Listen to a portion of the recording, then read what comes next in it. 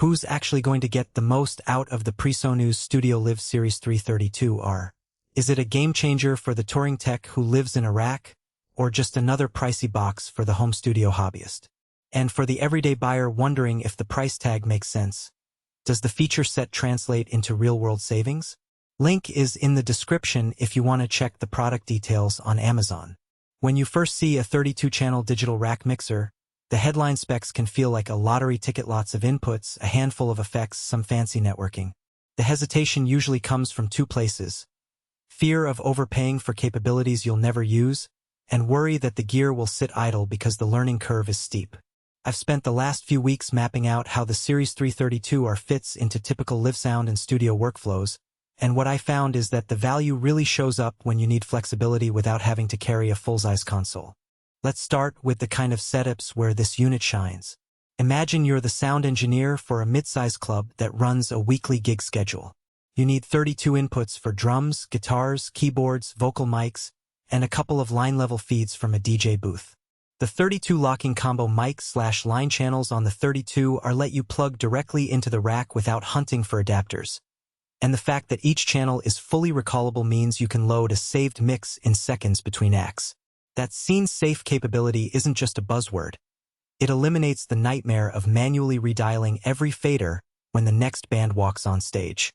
Another practical advantage is the built-in AVB stage box mode.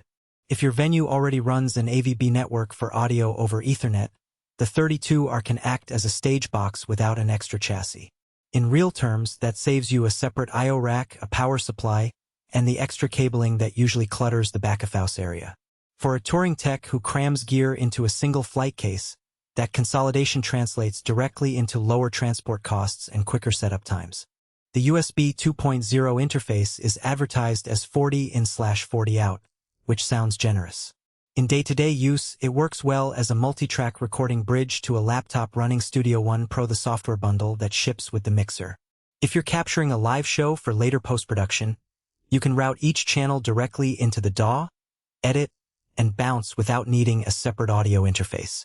For studios that already rely on a DAW for mixing, the 55x55 AVB recording interface adds redundancy. You can stream audio over Ethernet to a separate recording server while still sending a USB feed to a laptop for monitoring. Now, where does the 32R fall short? The most common criticism of rack mixers in this tier is the reliance on USB 2.0. While the bandwidth is sufficient for 40-track streaming at 24-bit/48 kHz, you won't get the ultra-low latency or higher sample rates that a USB 3.0 or Thunderbolt interface could provide. If your workflow demands 96 kHz or higher, you'll need an external converter, which adds cost and complexity. Also, the internal effects section offers 4 buses with a mix of reverbs and delays. They're serviceable for live reinforcement, but they don't replace a dedicated outboard processor if you need high-end modulation or multiband dynamics on stage. Learning the routing matrix can be another hidden trade-off. The 16 FlexMixes can be assigned as AUX mixes, subgroups, or matrix mixes, and that flexibility is a double-edged sword. For seasoned engineers, it means you can sculpt exactly the monitoring and FOH mixes you need. For a newcomer, the menu depth can feel overwhelming, and the lack of a touchscreen means you'll be digging through the front panel LCD and remote app more often than you might like. It's not a deal-breaker, but it does mean you should budget time for a solid read-through of the manual before the first gig. Who should press Add to Cart on this one? First, anyone already invested in the PreSonus ecosystem, especially users of Studio One Pro, will appreciate the tight integration and the included software license. Second, venue owners or freelance engineers who run multiple shows a week and need a rack-mountable solution that can recall scenes fast will find the 32R a practical time-saver.